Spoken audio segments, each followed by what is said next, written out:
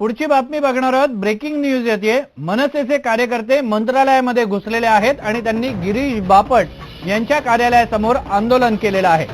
डाळ घोटाळ्या संदर्भात हे आंदोलन झालं असल्याची माहिती मिळते। गिरीश बापट यांच्या कार्यालयासमोर निदर्शनं करण्यात आलेली आहेत।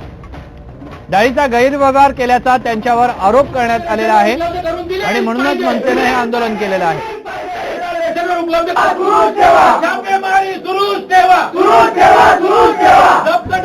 उपलब्ध करून दिलीच पाहिजे। राजीनामा द्या, बापट साहेब राजीनामा द्या। छापेमारी सुरू ठेवलीच पाहिजे। महाराष्ट्र नवनिर्माण सेनेचा, महाराष्ट्र नवनिर्माण सेनेचा बापट साहेब राजीनामा द्या। उपलब्ध करून दिलीच पाहिजे।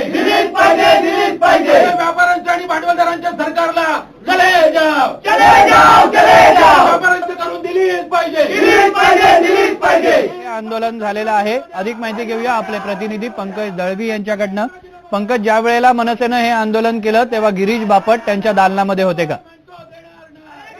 मनसेने गिरीश बापटांच्या केबिन समोर हे आंदोलन केलं तेव्हा गिरीश बापट हे केबिन मध्ये होते। त्यांच्या अधिकाऱ्यांबरोबर बैठक चालू होती आणि ऊर्जा मंत्री चंद्रशेखर बावनकुळे हेही त्याच भागामध्ये होते। मनसेचे कार्यकर्ते एकामागून एक असे तिकडे जमा झाले आणि त्यांनी लगेच घोषणाबाजी करायला सुरुवात झाली। श्रीरंग, आजचा दिवस हा मंत्रालयामध्ये आंदोलनाचा आणि घोषणाबाजीचा ठरला। स्वतः मुख्यमंत्र्यांच्या केबिन बाहेर डान्स बार बंदी बाबतचा निर्णय जो झालेला आहे, डान्स बार बाबत मुख्यमंत्र्यांनी शब्द पाळला नाही म्हणून राष्ट्रवादी काँग्रेसच्या महिलांनी विद्या चव्हाण आमदार यांच्या नेतृत्वाखाली तिकडे आंदोलन केलं। मुख्यमंत्र्यांच्या केबिन बाहेर घोषणाबाजी केली, पोस्टर्स दाखवली।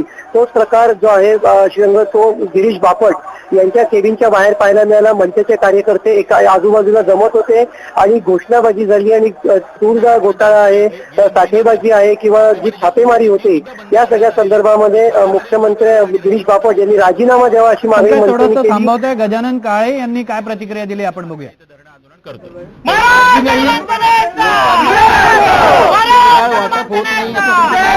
नक्कीच आयात असलेली डाळ सुद्धा अजून बंदरावरून रिलीज करण्यात आलेली नाहीये आणि ही डाळ सुद्धा हे करण्यात आलेली नाहीये।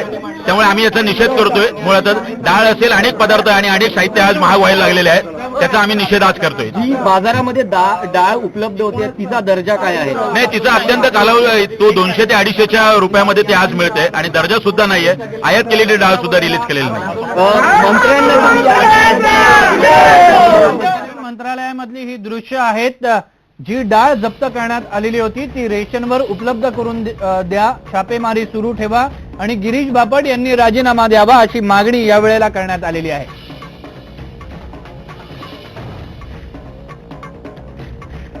बातमीपत्रात पुन्हा एका छोट्याशा ब्रेकसाठी थांबतोय। तुम्ही पाहत राहा मी मराठी न्यूज।